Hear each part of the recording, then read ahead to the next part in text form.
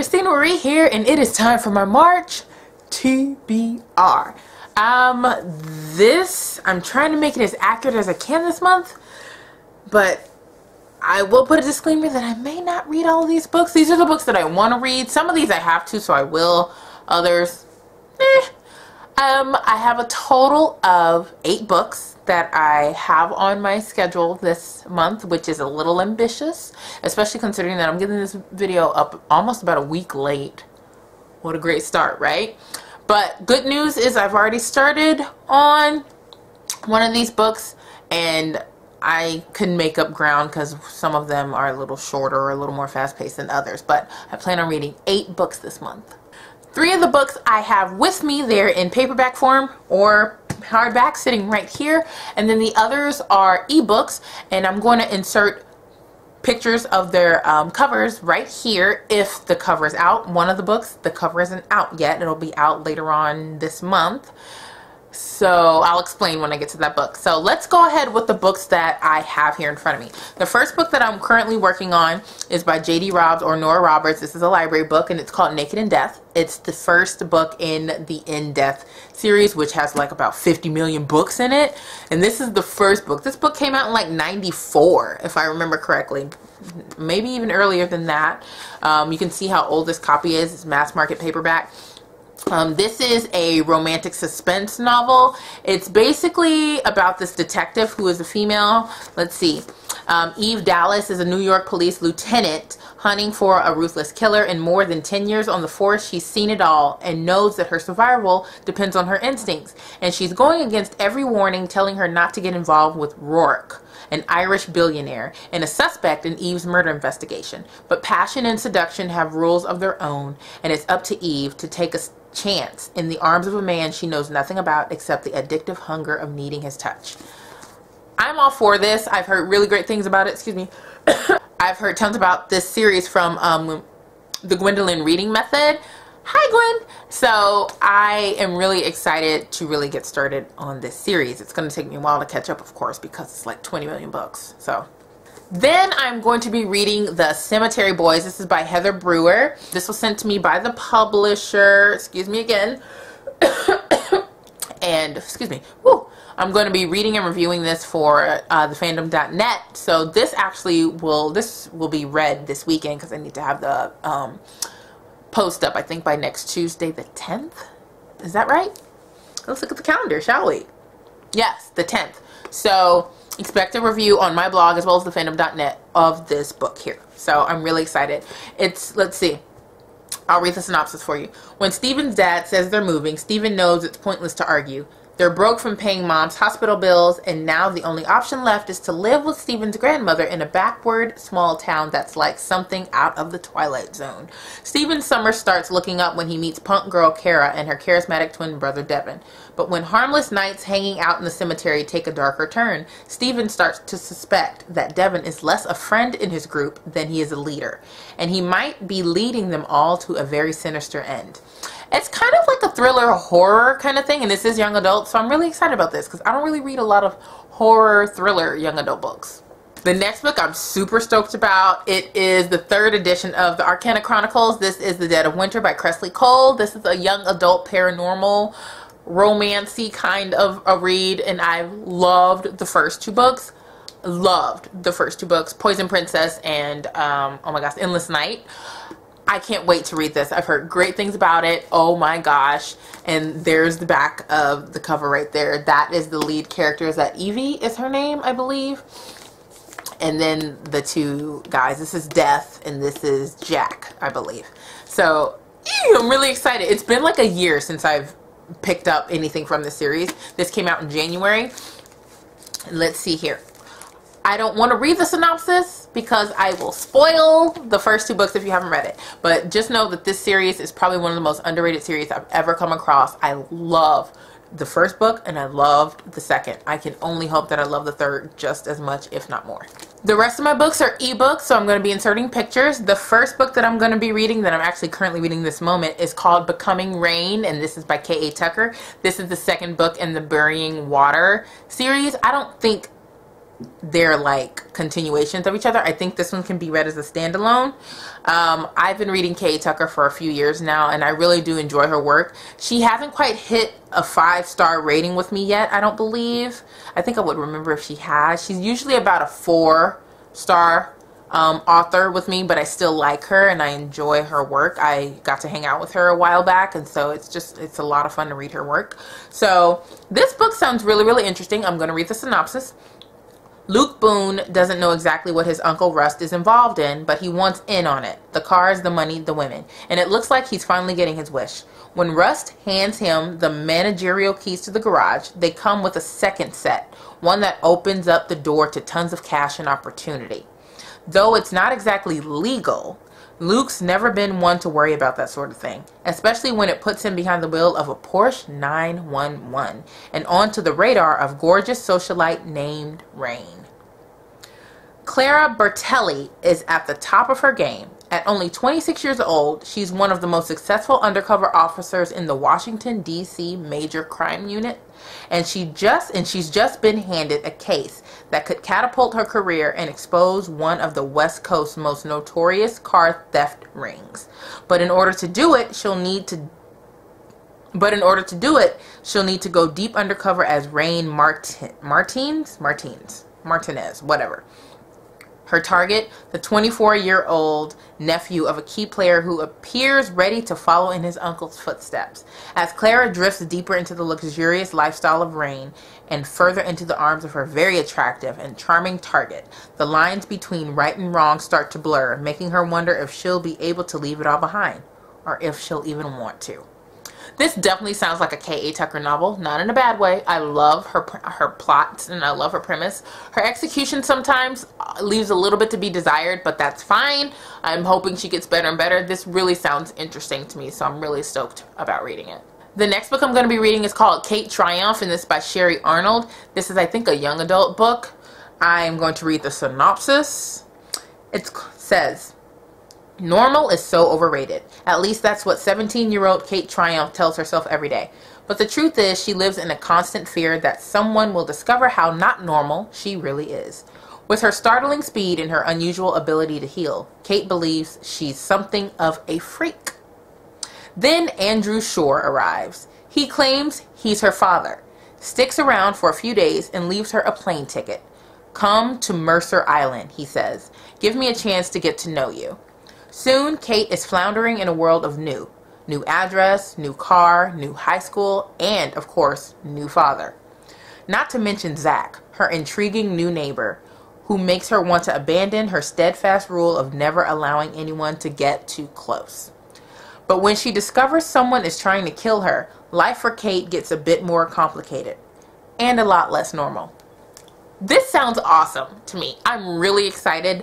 This appears to be a paranormal young adult fiction. I'm all about it. And this was something that a publisher sent to me. "Hey, Christina, are you interested in reading this?" And so I said, heck yes. I like new things. So I decided, let's go ahead and give it a go. So I'm going to be reading that this month. Next book I'm going to be reading is called The Closer You Come, and this is by Jenna Showalter. I've read 2 books by her before. This book is a romance. I think it's more of a new adult or an adult contemporary romance. Again, reading the synopsis. This says, just released from prison, Jace Hollister has only one goal: stay out of trouble. Strawberry Valley, Oklahoma sounds like the perfect place for him and his 2 brothers by circumstance to settle down and live a nice, simple life. Model Citizen isn't exactly this rugged bachelor's default setting, especially when it comes to a certain hot-blooded southern beauty. But he's determined to play by the rules. Brooke Lynn Dillon has always been the responsible type. Not that it's done her much good. The down-on-her-luck waitress is broke, single, and wouldn't know fun if it bit her. Or so she thinks. Jace makes bad look oh so good. Dangerous, sexy, and tempting as sin, he is everything she never knew she wanted. Passion sizzles between them, but is it enough to melt his resistance? After all, the right kind of trouble might be just what he needs. It sounds like your typical contemporary romance, but I'm down for it because I'm just feeling like that kind of mood. So I'm really looking forward to this. Again, this is one that a publisher sent to me and said, "Hey, want to read it?" And so I said, "Hey, why not?" So that's how I ended up with this one. The next book on this list that I'm reading is probably my second most anticipated book of the month. It's called Impossible Promise, and it's by one of my favorite people on this planet, Sybil Bartell. She watches my videos, so hi, Sybil. This is a new adult romance, contemporary romance that has to do with, I think, military. I think it's military. But yeah, let's check out the synopsis. 3 years ago, Lena Blair listened in horror over a telephone line as her parents were murdered. When the killer said she was next, Lena panicked and made a deadly deal. His secret in exchange for her life. She's paid the price every day since becoming a prisoner in plain sight. Military. Marine Sergeant Blaze Johnson offers Lena a way out. Her freedom, his rules, no question asked. And she takes it, despite knowing what her keepers do to people who get too close. She doesn't know Blaze is fighting his own demons, or that beneath his warrior facade is a man on the verge of breaking. Embarking on a wild revenge mission with Blaze and his smooth-talking best friend Talon, I love these names, is not what Lena signed on for. But attempting to run when Blaze has made no secret he intends to make her his is a reckless mistake. With the killer closing in, it is up to Blaze to save them all, and to Lena to realize that she's risked the one thing she can't afford to lose. And this is book 1 of 2. So this is the first book. I'm really excited. I cannot wait. I'm going to be reviewing this. I love Sybil Bartell. I'm so excited for this book. Really. Okay, and then the final book that I'm going to be reading this month is by one of my all-time favorite people on this planet, Heidi McLaughlin. This is the second book in the Archer Brothers series, and this is called Choose Me. It follows the first book, Here With Me, Evan and Nate Archer, the twin brothers who are in love with the same girl. The first book, we're introduced to the story and how Evan is recuperating from a situation that happened to him. This book here focuses a little bit more on Nate and his happenings, but Evan, of course, and Riley, our female protagonist, they're all intertwined. This is a big triangle of mess that was written so brilliantly in the first book. I cannot wait for the second book. Just to tell you how brilliant and how amazing and phenomenal Heidi McLaughlin is. And I'm sharing this only because I want you guys to really know and understand how much I appreciate what she's done for me, and how the genuine love I have for her as a person and as an author. She sent out a request to her street team for people who wanted to read her book, to read Choose Me, the arc, because it's not out yet. She's still doing edits right now. And she said, I will send out the book on the 27th or 25th or whatever, and then if you can post your review on the 1st of April, 27th of March, then post your review on the 1st of April, that would be great. And so I didn't sign up because I have so many books to read this month, and at the end of the month is a little heavy for me. So I said, I'll publicize the release of the book, I'll do a book blitz, I'll do an excerpt, whatever you want, a cover reveal, I'll do all of that. This book doesn't have a cover, that's why you don't see anything here. I'll do all of those things, but I can't review the book because of the time that you need me to review it. I can't do it, and I don't want to say yes to something that I can't do.